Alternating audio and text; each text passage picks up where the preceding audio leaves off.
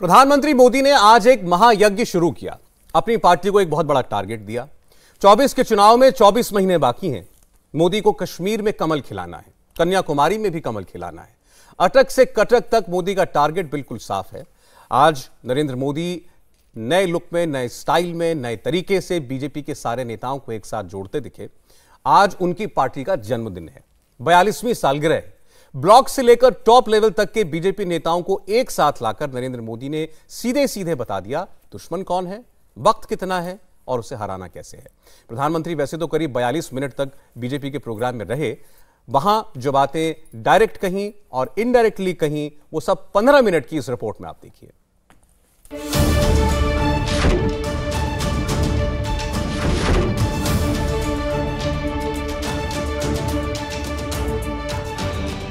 मोदी की पार्टी का मेकओवर हो गया है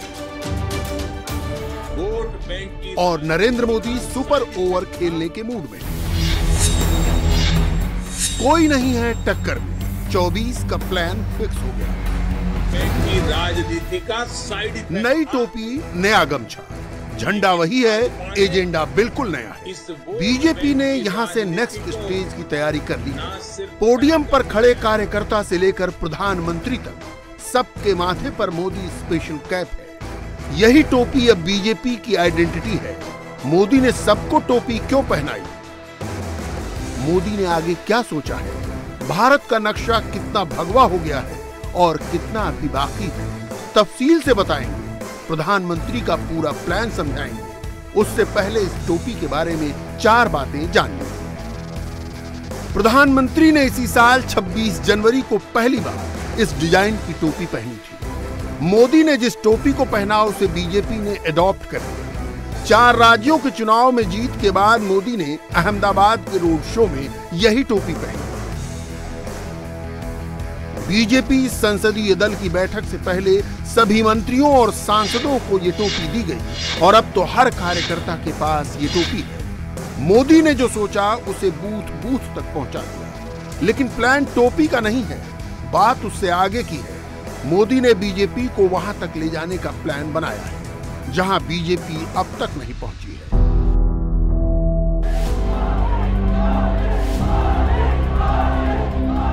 कार्यकर्ता के रूप में पार्टी मुझे जो आदेश करेगी, मैं भी कार्यकर्ता के रूप में पूरी मेहनत करूंगा। 3 दशकों के बाद राज्यसभा में किसी पार्टी के सदस्यों की संख्या 100 तक पहुंची है। कश्मीर से कन्याकुमारी, कच्छ से कोहिमा तक भाजपा एक भारत श्रेष्ठ भारत के संकल्प को निरंतर सशक्त कर रही है। भाजपा का दायित्व, भाजपा के प्रत्येक कार्यकर्ता का दायित्व लगातार बढ़ रहा है। मैं सभी कार्यकर्ताओं को विश्वास दिलाता कि भाजपा ऐसे राज्यों में लोकतांत्रिक मूल्यों की फिर से स्थापना करने के लिए निरंतर संघर्ष करती रहेगी। और ये महासंघर्ष, ये महायज्ञ तब तक चलेगा जब तक लोकतंत्र विरोधी ताकतों को हम परास्त नहीं कर देते। ये मोदी का कमिटमेंट है जो पार्टी के लिए 24/7 काम करने को तैयार रहते हैं। मोदी का संकल्प अब पूरी पार्टी का संकल्प है। प्रधानमंत्री के रूप में मोदी सबसे आगे चल रहे हैं, लेकिन वो अकेले नहीं हैं, बल्कि पूरी पार्टी को लेकर बढ़ रहे हैं। लोकसभा में 2 सांसदों वाली पार्टी अब 303 सांसदों वाली पार्टी है। मोदी यहां रुकने वाले नहीं हैं, बल्कि यहां मोदी ने नया लॉन्च पैड बनाया है। पश्चिम में गुजरात और गोवा से शुरू करें तो उत्तर में हरियाणा, हिमाचल प्रदेश, उत्तराखंड, उत्तर प्रदेश, सेंटर में मध्य प्रदेश और दक्षिण में कर्नाटक भगवा के रंग में रंगे हुए हैं। पूर्वोत्तर को देखें तो असम, अरुणाचल और मणिपुर समेत पूरे के पूरे नॉर्थ ईस्ट में मोदी की पार्टी छाई। बीजेपी हिंदुस्तान की सबसे बड़ी और सबसे प्रभावशाली पार्टी है। मेंबरशिप के हिसाब से वो दुनिया की सबसे बड़ी पार्टी होने का दावा करती है। इतना होने के बावजूद छोटे बड़े हर चुनाव को बीजेपी युद्ध की तरह लड़ती है। चुनाव युद्ध में एक ही महायोद्धा है जिसका नाम है नरेंद्र मोदी। योगी आदित्यनाथ और अमित शाह सपोर्टिंग रोल में हैं, लीड रोल में तो नरेंद्र मोदी ही है। हमारे देश में दशकों तक कुछ राजनीतिक दलों ने सिर्फ वोट बैंक की राजनीति की। कुछ लोगों को ही वायदे करो, ज्यादातर लोगों को तरसा कर रखो। भेदभाव, भ्रष्टाचार, ये सब वोट बैंक की राजनीति का साइड इफेक्ट था।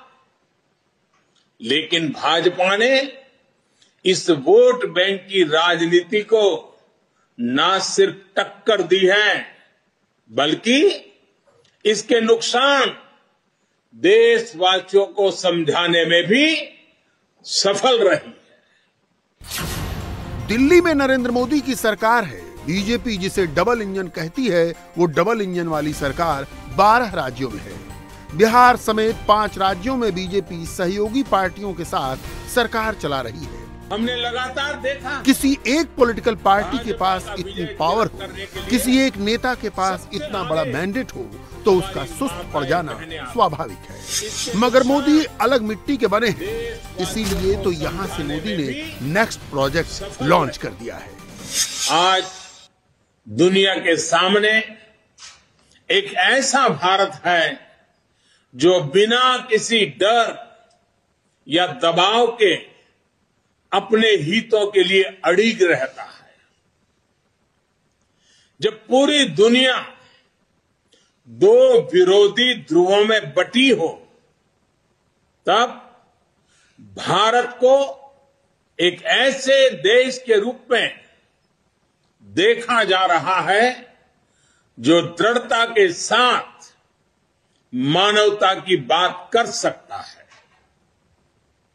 हमारी सरकार राष्ट्रीय हितों को सर्वोपरि रखते हुए काम कर रही है। आज देश के पास नीतियां भी है, नियत भी है। आज देश के पास निर्णय शक्ति भी है और निश्चय शक्ति भी है। इसलिए आज हम लक्ष्य तय कर रहे हैं, उन्हें पूरा भी कर रहे हैं। कुछ राजनीतिक दल प्रधानमंत्री ने नया लक्ष्य तय किया है। बीजेपी का एक्सपेंशन प्लान क्या है, इसे समझने के लिए हिंदुस्तान के इस पॉलिटिकल मैप को फिर से देखते हैं। परिवारवादी ममता बनर्जी के पश्चिम बंगाल में बीजेपी करीब करीब पहुंच चुकी है। बंगाल में बीजेपी मुख्य विपक्षी दल के रोल में है। नवीन पटनायक के ओडिशा में भी बीजेपी ने अपनी ताकत बढ़ाई है। 2019 में ओडिशा से बीजेपी के 8 सांसद चुने। हिंदुस्तान के नक्शे से हरा रंग धीरे धीरे आउट हो रहा है, भगवा रंग छा रहा है। मोदी हिंदुत्व को और प्रचंड हिंदुत्व की ओर ले जाएंगे। मोदी के टारगेट पर दक्कन है। तेलंगाना, आंध्र प्रदेश, तमिलनाडु और केरल, इन 4 राज्यों में अब तक भगवा झंडा नहीं चढ़ा है। बीजेपी ने कर्नाटक के रास्ते दक्षिण का द्वार खोला जरूर है, लेकिन द्रविडियन बेल्ट में बीजेपी को एंट्री नहीं मिल पाई है। मोदी को भी मालूम है कि तेलुगु, तमिल और मलयालम बोलने वाले राज्यों में बीजेपी के लिए मुश्किल है। ये वो राज्य हैं जहां फैमिली राज कर रही है। इसीलिए नरेंद्र मोदी ने आज परिवारवाद को टारगेट किया। हमारे यहां कुछ राजनीतिक दल है जो सिर्फ और सिर्फ अपने अपने परिवार के हितों के लिए काम करते हैं। परिवारवादी सरकारों में परिवार के सदस्यों का स्थानीय निकाय से लेकर संसद तक में दबदबा रहता है। ये लोग भले ही अलग अलग राज्यों में हो, लेकिन परिवारवाद के तार से जुड़े रहते हैं। एक दूसरे के भ्रष्टाचार को ढककर रखते हैं। बीते दशकों में इस वजह से देश का बहुत बड़ा नुकसान हुआ है। इन परिवारवादी पार्टियों ने देश के युवाओं को भी कभी आगे नहीं बढ़ने दिया। उनके साथ हमेशा विश्वासघात किया है। और आज हमें गर्व होना चाहिए कि आज भाजपा ही इकलौती पार्टी है जो इस चुनौती से देश को सजग कर रही है, सतर्क कर रही है। यूपी चुनावों का सैंपल देखिए। मोदी ने परिवारवाद का मुकाबला राष्ट्रवाद से किया, जातिवाद का तोड़ हिंदुत्व में निकाला, तुष्टीकरण की राजनीति का विरोध बीजेपी 1980 से ही करती रही। नरेंद्र मोदी ने इसे पॉलिटिकल एसेट बना दिया। प्रधानमंत्री ने आज परिवारवाद का मुद्दा क्यों उठाया, इसे समझते हैं। तेलंगाना में केसीआर की फैमिली का राज है। केसीआर के बाद उनका बेटा केटी रामाराव गद्दी संभालेगा, इसकी चर्चा पूरे तेलंगाना में है। जगन मोहन रेड्डी को भी कुर्सी विरासत में मिली है। उनके पिता वाईएसआर रेड्डी आंध्र प्रदेश के चीफ मिनिस्टर थे। पिता की मौत के बाद जगन को संघर्ष करना पड़ा, लेकिन विरासत का फायदा तो जगन को मिला है। तमिलनाडु के chief minister Stalin Dravidian politics की फर्स्ट फैमिली से आते हैं। करुणानिधि ने बेटे को पार्टी भी सौंपी और जाते जाते राज्य की गद्दी भी देते गए। तीनों ही राज्यों में ताकतवर रीजनल क्षत्रप सत्ता में हैं। बीजेपी को लड़ना है तो अपने लिए जगह बनानी पड़ेगी। मोदी वही फाइटिंग ग्राउंड तैयार कर रहे हैं। मुझे इस बात का संतोष है कि देश के लोग, देश के युवा अब धीरे धीरे ये समझने लगे हैं कि किस तरह परिवारवादी पार्टियां लोकतंत्र की सबसे बड़ी दुश्मन है। साथियों, लोकतंत्र के साथ खिलवाड़ करने वाली ये पार्टियां संविधान और संवैधानिक व्यवस्थाओं को भी कुछ नहीं समझती। ऐसी पार्टियों से आज भी हमारे कार्यकर्ता अन्याय, अत्याचार और हिंसा के खिलाफ लोकतांत्रिक मूल्यों के साथ लड़ रहे हैं।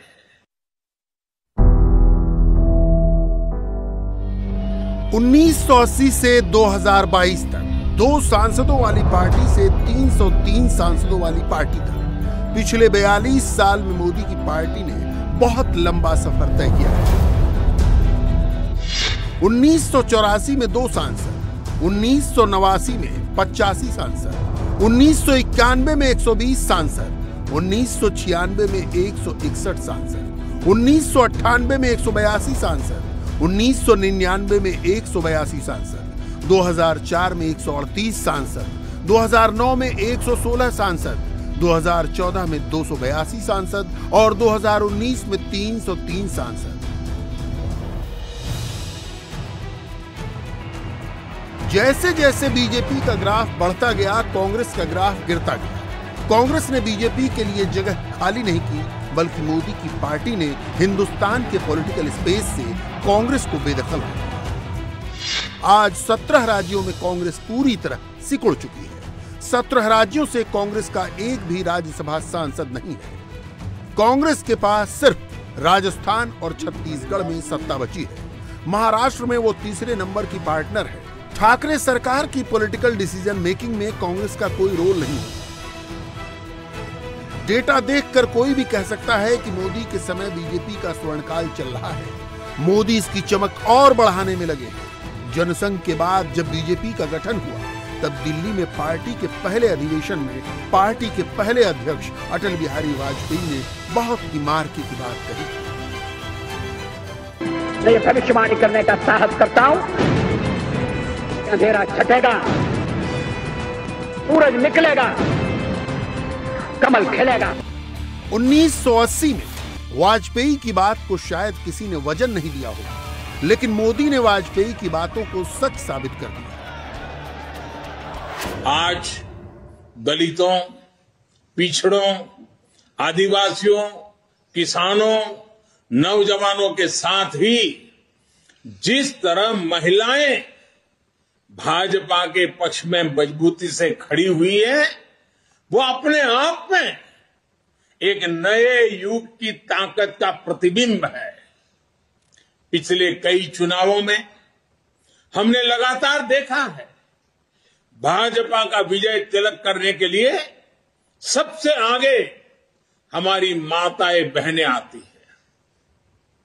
ये केवल एक चुनावी घटना भर नहीं है, एक ऐसा सामाजिक और राष्ट्रीय जागरण है जिसका इतिहास में विश्लेषण किया जाएगा।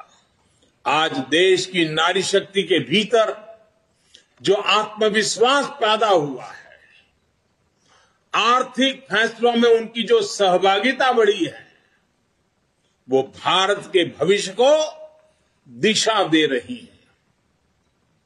देश के विकास में महिलाओं की भागीदारी बढ़े, उनकी सक्रियता बढ़े, ये विश्वास बढ़े, ये हमारा बहुत बड़ा दायित्व है। साथियों, हमारे लिए राजनीति और राष्ट्रनीति साथ साथ चलते हैं।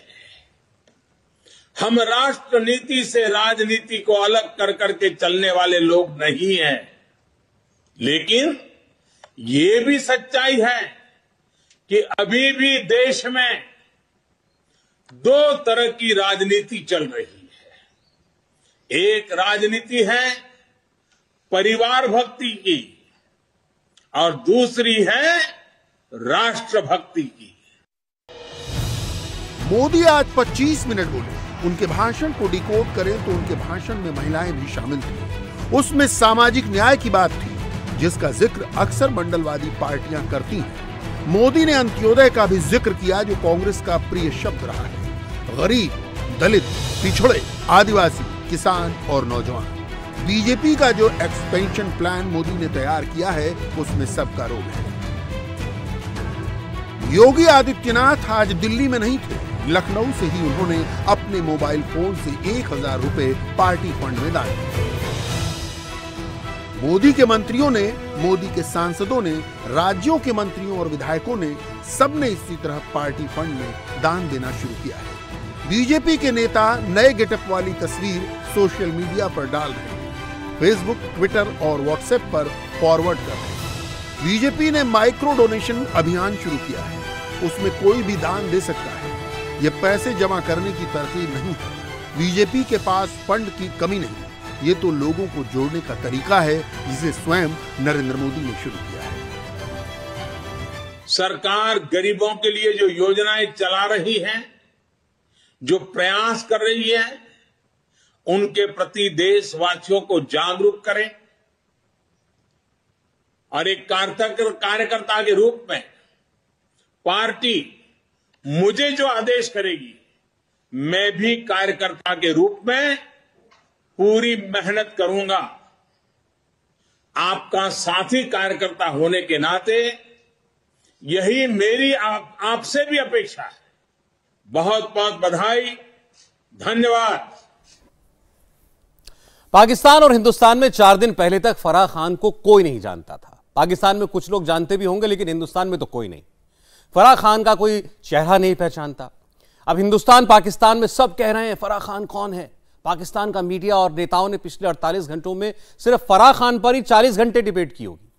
फराह का नाम लेकर इमरान खान को बुरी तरह से घेरा जा रहा है। इमरान खुद को सबसे साफ सुथरा ईमानदार बताते हैं, लेकिन पाकिस्तान की पब्लिक और अब तो पत्रकार भी कह रहे हैं कि दरअसल इमरान खान करप्ट है और इस करप्शन की क्वीन थी फराह खान। पाकिस्तान में ये जो नया करप्शन स्कैंडल खुला है, उसका नया एपिसोड क्या है, आपको दिखाते हैं। ये जो रातों रात बुर्का पहन के आपने फराह को फरार कराया पुलिस के हिसार में, नियाजी की नींद उड़ गई, बेगम की दोस्त फुर्र हो गई। हुकूमत के जहाज में वो जा रही है, उसके हाथ में जो बैग था, और ये मैं आपको बता रहा हूं, $90,000 का, यानी कि 1,62,00,000 रुपए का बैग लेके जा रही है। फराह पर मेहरबानी इमरान की परेशानी बन गई। फराह नामी खातून के जरिए जो पैसे इकट्ठे होते थे उसमें फराह का हिस्सा था, पिंकी पीरनी का हिस्सा था, उस्मान बुजदार का हिस्सा था, इमरान खान का हिस्सा था। फराह की करप्शन का किस्सा, हर किस्से में बुशरा और इमरान का हिस्सा। वो जो 3-3 करोड़ का एनिमल स्किन का बैग आपने पकड़ा हुआ है, वो कहां से आया? बुशरा की गोगी गैंग का तगड़ा इलाज, इमरान खान हुआ एक्सपोज। कोई ट्रांसफर, कोई पोस्टिंग, कोई तब्दीली, कोई अपॉइंटमेंट, या तो जादू टोने से होती थी और या फराह को पैसे करोड़ों रुपया रिश्वत देके होती थी। कोई SHO पंजाब में अपॉइंट नहीं हो सकता था फराह को रिश्वत दिए बगैर।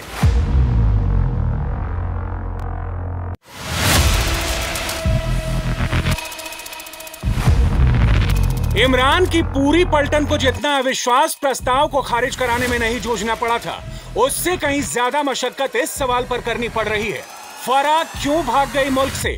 कमांडो साहब एक स्टेटमेंट ऑफ फैक्ट्स जो है आज वज़ीर-ए-आज़म ने जमा करवाई है, क्यों भाग गई है मुल्क छोड़ के फराह? यार बात करने दो ना, बात करने दो ना। नहीं होगा। स्टेटमेंट ऑफ पहले मैं बात करूंगा फिर करेंगे, पहले मैं करूंगा फिर होगा। फौज के तर्जुमान ने जो करूंगा पहले बात करेगा, उसका क्या जवाब? अच्छा चले फिर आप कर। जहां जहां इमरान जा रहे हैं, जहां जहां उनके मंत्री जा रहे हैं, पीछे पीछे ये सवाल भी जा रहा है, फराह क्यों भाग गई मुल्क से? उसका क्या जवाब आपके पास? फराह क्यों भाग कर गई है मुल्क से? ये किराए पे आते हैं लोग इस तरह के, ये किराए के टट्टू आप होंगे, वो हमारे चौधरी।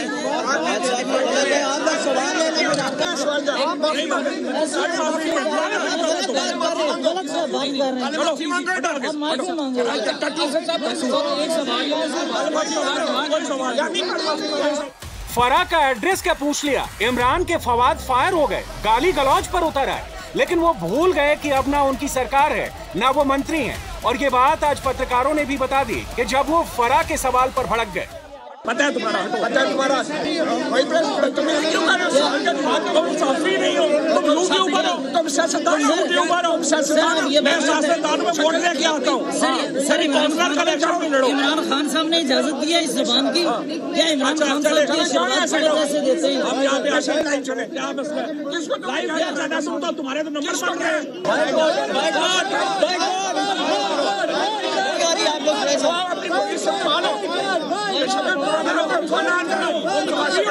पहले माफी मांगोगे, इस बात पे माफी मांगू।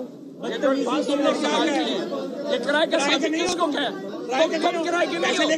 बताऊं तुम अभी किससे बात कर रहे हो? अभी इंफॉर्मेशन डिपार्टमेंट की पेरोल पे रहे हो सारी उम्र। उठवा लो तुम, उठवा लो, तुम्हारी शक्ल है, कोई उठाएगा? आप भी तो कराए कि आप। जब से फराह फरार हुई है, इमरान की मुश्किलें तमाम हुई हैं। ये तो सैंपल है, पूरी पिक्चर आगे दिखाते हैं। विपक्ष के लिए तो मानो फराह नहीं हो गई, इमरान का सबसे जोरदार काउंटर हो गई। मरियम औरंगजेब आ जाएं, इल्जामों की लिस्ट लेकर आएं, जो फराह से शुरू होकर बनीगाला तक जाती है। यही कागज ऑपोजिशन के खिलाफ कमीशन खाने और करप्शन करने के ऊपर लहराए गए, और आज कहाँ हैं वो लोग? और पाकिस्तान के प्राइम मिनिस्टर ऑफिस को इस्तेमाल किया ऑपोजिशन को जेलों में डालने के लिए, और उसके बरक्स मतीउल्लाह जान साहब, आप इनसे सवाल पूछते हैं कि फराह गुज्जर बाहर क्यों गई? ये आपको कैसे जवाब देंगे?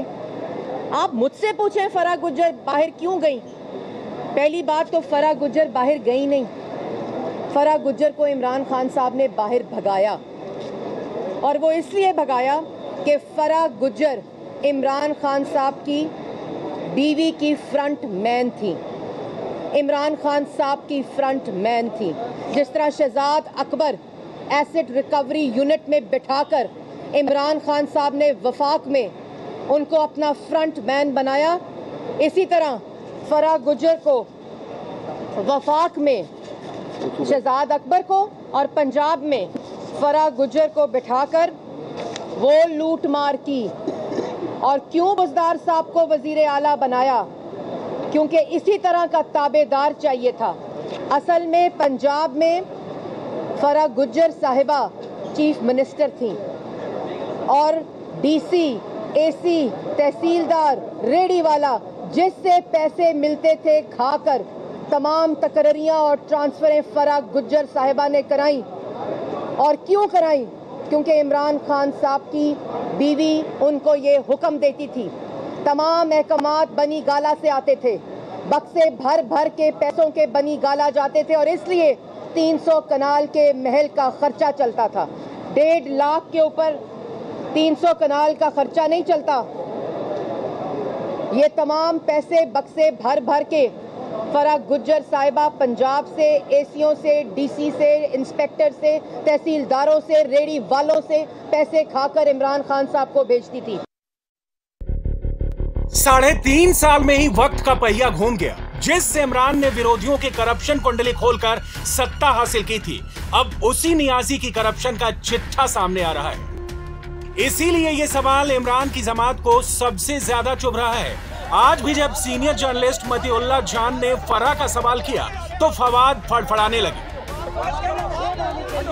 इमरान ने तो सोचा ही नहीं होगा कि फराह की फरारी उनकी कराह निकाल देगी।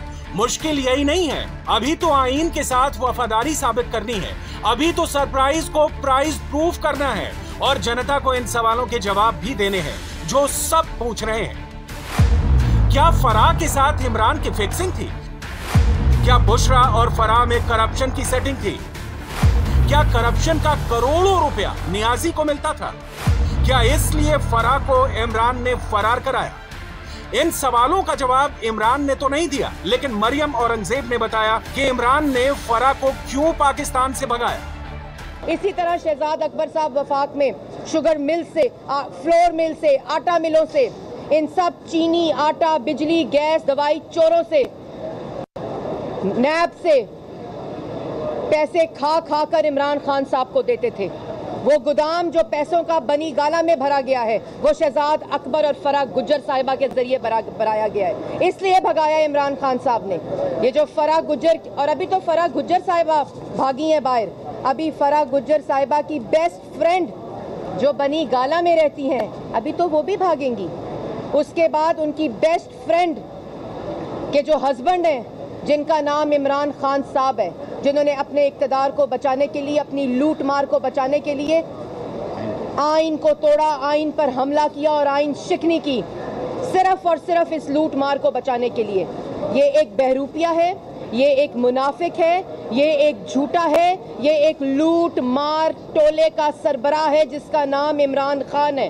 बैरूने मुल्क साजिश का जो नाम लेता है और कहता है इलेक्शन 3 महीने में है, तैयार हो जाओ। इमरान खान साहब, जो खिलवाड़ आपने पाकिस्तान के आइन के साथ किया है। जिस दांव से विपक्ष को पटकते आए थे इमरान, उसी दांव से इमरान चित्त होते नजर आ रहे हैं। जवाब देना मुश्किल हो रहा है। जनता से फोन कॉल पर इमरान बात करते हैं, पब्लिक में पॉपुलैरिटी का दावा करते हैं, लेकिन जब से अविश्वास प्रस्ताव का सरप्राइज दिया है, जनता भी उन्हें सरप्राइज दे रही है। मोहम्मद याकूब कुरैशी बात कर रहा हूँ चोलिस्तान से। वजीर आजम से मेरा एक सवाल है। जब आप पहले कहते थे कि मैं आखिरी गेंद तक लड़ूंगा, उसके बाद आपको क्या हुआ? हवा निकल गई या हवा टाइट हो गई कि आप मजबूर हो गए भाग खड़े होने के लिए, या पोजीशन का डर था, या मौलाना फजल रहमान का डर था कि आपने तहरीक एतमाद का जो वोट है उसको फेस करने के बजाय आपने ये आर्टिकल 5 का बहाना बनाकर भाग खड़े हो गए? इसकी वजह क्या है? और दूसरा तो आपके मुंह पर क्या कहते हैं, शर्म भी नहीं आती और आपको क्या कहते हैं, एहसास भी नहीं है आवाम का, फिर भी आप इस कुर्सी से चिपक के बैठे हुए हैं। ऐसे लग रहा है कि आप एक बंदर की तरह ये जिद कर रहे हैं कि बस मुझे ये कुर्सी चाहिए, ये कुर्सी चाहिए। ऐसा नहीं होता। ये तो अविश्वास प्रस्ताव का गुस्सा है जो टेलीफोन कॉल पर नजर आया। ये कॉलर इमरान की फजीहत करता रहा है। कुछ ज्यादा फजीहत ना हो जाए तो इशारे से फोन कॉल कट करने को कहा। इमरान साहब को समझना चाहिए कि क्रिकेट में ही नहीं, सियासत की फिक्सिंग भी पकड़ी जाती है और ये फिक्सिंग जनता पकड़ती है। जनता कई और सवाल पूछेगी क्योंकि कैरेक्टर रिपोर्ट में अब करप्शन की रेड इंक लग गई है, जिसने इमरान खान की पूरी जमात का फ्यूज उड़ा दिया है।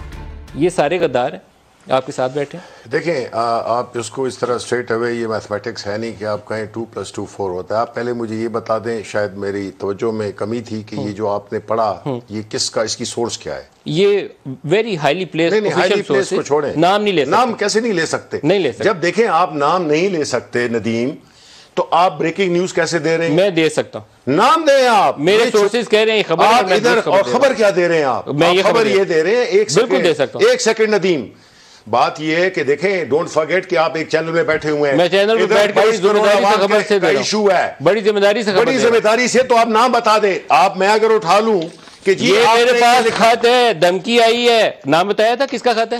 एक सेकंड, मैं कैबिनेट मेंबर हूं, मैंने वो देखा हुआ है। आप कैसे, आपने तो सुनी सुनाई बातें की हैं। प्राइम मिनिस्टर ने धमकी वाला खत आया है, किसका खत? एक सेकंड पहले तो जो आपने जो थोड़ा सा, मैं माजर चाहता हूं कि जो आपने नादानिस्ता तौर पे, मैं ही नहीं कह रहा हूं कि आपने दानिस्ता तौर पे, आपने जो मिसगाइड किया है, करेक्ट करता हूं। मैंने हकायक बताया, मैं आपकी बात पे ऑब्जेक्शन करता हूं। मैं जर्नलिस्ट हूं, मैं अपने खबर को नाप तोड़ के देता हूं। आप खुदा नहीं है, मैं कोई भी खुदा नहीं होता। जर्नलिस्ट का काम है अपने फैक्ट चेक करता है। तो सही ना, इतने डिफेंसिव नहीं होना। It's not a mistake. नहीं, इट वाज ओके। ये खबर है, मैंने खबर रिपोर्ट की है, खबर ऑफिशियल सोर्सेज से रिपोर्ट की है। You have no right to question my news. I have every right, like you can say कि जी ब्रेकिंग इशू ए डिनाइल। मैं इसको बताता हूं, मैं बताता हूं, letter NSC as a responsible cabinet member, this is irresponsible statement. आप एनएससी की मीटिंग में बैठे थे? मेरी बात सुनो, एनएससी में बैठे थे? एक सेकंड। जब ये लेटर आया, और ये कौन भेजता है? हमारा इन्वेस्टर भेजता है। ये प्राइम मिनिस्टर ने बोला था ये लेटर आया है असद मजीद का। ये देखो, अब आप जो आप बाल की खाल नहीं उतारे, मैं आपको बता रहा हूं, मैं फैक्ट बता रहा हूं। एक सेकंड, पूरी कौम को आपने फाइल लगाया।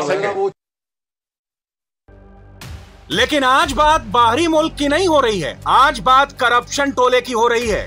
बात transfer posting queen Farah Khan और गोगी खान की हो रही है। वही गोगी गैंग जो बनी गाला के भीतर से करप्शन का रैकेट चलाती थी। आरोप है कि मेन किंगपिन इमरान खान और बुशरा थे, जिनके लिए करप्शन क्वीन काम करती थी, जिसकी करप्शन कैबिनेट में पंजाब के वजीर आला अली बुज़दार, अली जैदी, शहजाद अकबर, जुल्फी बुखारी, अमीर कयानी जैसे लोग थे। फराह खान क्या चीज थी, उसकी हैसियत क्या थी, इसका पता अलीम खान की प्रेस कॉन्फ्रेंस से चला। अलीम खान तहरीके इंसाफ की जब बुनियाद पड़ी थी, उस वक्त से इमरान के साथ थे, लेकिन जब नाराज हुए तो इमरान की वो फाइल खोल दी जिससे दुनिया अनजान थी। यहाँ 3-3 करोड़ रुपए में डीसी लगते थे। मैं आपके पास गया हूँ जाके, खान साहब मैंने आपको बताई है ये बातें। यहाँ पे कमिश्नर लगाने का अलग रेट है, एसपी लगाने का अलग रेट है, कोई तबादला नहीं होता जबकि सीएम सेक्रेटेरिएट में पैसे न दिए जाएं। क्या आपको एजेंसियां ये रिपोर्टें नहीं दे रही थी? फराह का क्या किरदार था यहाँ पे, कहाँ पैसे जाते थे, क्यों नहीं बताते कौम को, क्यों धोखा दे रहे हैं? खान साहब अगर आप सच्चे हैं, आए मेरे सामने, बैठे मेरे साथ, मैं भी आपके साथ बैठता हूँ और मैं आपको वादा करता हूँ कौम के सामने, अगर मैं झूठा हुआ मैं कौम के सामने जाके अपने आप को गोली मारूंगा, नहीं तो इमरान खान हिम्मत करे। रियासत मदीना में रिश्वत का फुल रेट कार्ड फराह ने रखा था। फराह को लगने लगा था कि इमरान बचेगा नहीं, इसलिए मौका देखकर फुर्र हो गई। फराह की यह तस्वीर सबसे ज्यादा चर्चा में है। दावा है कि फराह के पैरों के पास जो बैग रखा है उसकी कीमत 1,66,00,000 पाकिस्तानी रुपए है। फराह जिस चार्टर्ड फ्लाइट से फरार हुई उसका किराया ही 92 लाख रुपए था। ट्रांसफर्स की, पोस्टिंग्स की, और मतलब ये मैं तो नहीं कह रही हूँ, बुज़दार साहब इसी फार्मूले के तहत आए, ये अल्लाह बेहतर जानता है। मैं इसमें बिल्कुल मैं वो बात करूंगी जो हकीकत पे मबनी है। इस वक्त फाइलें सब पे खुली हैं, अगर बाकियों पे खुली है तो क्या इन सब पे नहीं खुलेंगी? और जिनकी उनके साथ दोस्ती है फराह बीबी की, तो क्या अगर वो मुल्क से अगर बाहर भाग गए तो फिर उनकी जिम्मेदारी भी बुशरा बीबी को उठानी पड़ेगी। आज ही उज़्मा कारदार ने बताया कि इस मकामी होटल में वो अपनी मर्जी से जो है वो रह रही हैं, जबकि सिर्फ मैं ही नहीं बल्कि 20 से 23 के करीब अरकान असम्बली हैं जो इमरान खान के मुखलिस साथी थे, लेकिन वो जो है उनकी पॉलिसियों की वजह से जो है ना उनसे मुनहरफ हुए हैं और अब इस होटल में जो है मौजूद हैं। संजय राउत के खिलाफ ईडी की कार्रवाई को लेकर शिवसेना संसद से लेकर सड़क तक विरोध प्रदर्शन कर रही है। अमित शाह पर सवाल उठा रही है, जांच एजेंसियों के दुरुपयोग के आरोप लगा रही है। शिवसेना के सवालों का जवाब आज अमित शाह ने अलग ही अंदाज में दिया। अमित शाह ने किसी का नाम लिए बिना कहा, मैं आंख में आंख डालकर जवाब दे सकता हूं, अगर कोई आंख में आंख डालकर पूछने की हिम्मत रखता हो तो। मान्यवर, एक सदस्य ने कहा कि आंख में से आंख डालकर जवाब दे सकते हो। मैं तो जरूर दे सकता हूं अगर कोई आंख में से आंख डालकर पूछने की हिम्मत रखता है, जरूर दे सकता हूं, और किसी भी फोरम में रहे, क्योंकि मेरे मन में चोर नहीं है साहब। हम वही करते हैं जो हमारी आत्मा कहती है, और हम वही करते हैं जिसको आत्मा कानून के हिसाब से मानता है। मान्यवर, मुझे कोई तकलीफ नहीं है, कोई आंख में से आंख डालकर सवाल पूछे, मैं आंख में आंख डालकर जवाब भी जरूर दे दूंगा। पाकिस्तान में जिस फराह के बारे में हम चर्चा कर रहे हैं, उसके बारे में एक और बात पता चली है। कहा जा रहा है कि वो दुबई भाग गई है, उसका पति अमेरिका में है। पाकिस्तान में पूछ रहे हैं कि आखिर वो रहने वाली कहां की थी। कहा तो ये जाता है कि किसी भी अफसर या मिनिस्टर की इतनी हैसियत नहीं थी कि फराह के किसी काम में अड़ंगा लगा दे। फराह ने जिस पर हाथ रख दिया वो हाथ नियाजी का माना जाता था। इमरान सरकार में फराह की हैसियत समझनी हो तो फराह खान के गांव की इस रिपोर्ट को देखिए। इस वक्त हम मौजूद हैं शेखुपुरा के गांव माछीके में। आप इस गांव की सड़क का हाल देख सकते हैं कि कितना बुरा है, लेकिन इस गांव की सड़क से सिर्फ 200 मीटर दूर एक बेहतरीन सड़क, कारपेटेड सड़क बनाई गई है, जो वज़ीर-ए-आज़म की अहलिया बुशरा बीबी की करीबी दोस्त फराह खान का गांव है। आइए हम आपको उस तरफ लिए चलते हैं। हुकूमत के करोड़ों रुपए इसी गांव में लगा दिए गए। यहाँ के लोगों का कहना है कि आज से 50 साल पहले भी ऐसा कभी काम नहीं हुआ जो यहाँ फराह खान साहबा ने पिछले 1 साल के दौरान कराया। आप देख सकते हैं कि मेरे पीछे जो ये फराह खान साहब हैं, उनके रिश्तेदारों ने उनके गाँव में मुफ्त खाने का इंतज़ाम किया हुआ है। हमारे साथ फराह खान के करीबी अजीज़ हैं, आइए हम उनसे जानते हैं। फराह खान साहब ने ख्याल रखा, ये गाँव का देखो ना, इसमें सड़कें बनवा दी हैं, ये लंगर खाना करवा दिया, पिंड दियां गलियां बेहतरीन करवा दियां, इतने लंगर खाने का अरेंज करवाता, हॉस्पिटल की सर्विस 24 घंटे करवा देती। डॉक्टर दिन में मौजूद रहती है 2 बजे तक, और LHV 24 घंटे यहाँ पे होती है, लेकिन डॉक्टर ऑन कॉल रहती है, और यहाँ पे डिलीवरीज हो रही है, मेडिसिन मिल रही है, हर चीज़ की सहूलियत यहाँ पे अब मौजूद है। यहाँ ये भी देखा जा सकता है कि पुलिस का एक कांस्टेबल बाकायदा ड्यूटी पर लगाया गया है। लोगों का कहना है कि यहाँ की तमाम सड़कें पक्की करा दी गई। तकरीबन 1 साल से शुरू हुआ है जी काम, पहले तो नहीं थे, पहले तो सादा था काम। फराह खान जी है ना जी, उन्होंने शुरू करवाया है। ये बेगम जी इमरान खान की बेगम है ना, उन्होंने दोस्त है। फराह खान के गाँव की तरह दूसरे गाँव में भी ऐसे तरक्याती काम होते तो ठीक था, लेकिन इस गांव में हुकूमत के जो करोड़ों के फंड लगाए गए हैं, इससे ये बात साबित होती है कि फराह खान का हुकूमत में खासा असर रसूख है। फराह जो भी थी उसके पीछे बुशरा थी, और बुशरा पाकिस्तान के वज़ीर-ए-आज़म की बेगम है, इसलिए सवाल बड़ा है। लेकिन जब बात माँ पर आई तो बुशरा बीवी का बेटा मूसा माने का सामने आया, बताया कि माँ की फास्ट फ्रेंड दगाबाज है। फराह खान ने प्रधानमंत्री इमरान खान और उनकी मां बुशरा बीवी के साथ जो किया वो ठीक नहीं किया। मानेका परिवार से उसका कोई लेना देना नहीं था। सवाल तो सीधा है, जब लेना देना नहीं था तो बनी गाला में क्यों देखती थी फराह खान? जब बुशरा और इमरान से कोई संबंध नहीं था तो ट्रांसफर पोस्टिंग की रकम किसके पास जाती थी? सवाल सीधा इमरान खान पर है, जो अब विपक्ष नहीं उनके पुराने साथी भी पूछ रहे हैं। गद्दार नहीं है हम लोग, गद्दार नहीं है। आपने अरकान कौमी असेंबली को गद्दार करार दे दिया है, और मैं तो था भी नहीं वोटिंग में, मैं तो दिल में तकलीफ थी, अस्पताल में था मैं, और मैं जब पहुंचा तो बहुत देर हो चुकी थी, दरवाजे बंद थे, मैंने तो वोट दिया ही नहीं, और आपने मुझे गद्दार करार दे दिया। अब दूंगा। इंडिया टीवी हर वक्त हर जगह डाउनलोड करने के लिए सर्च करें India TV news Google play store या ऐप स्टोर पर।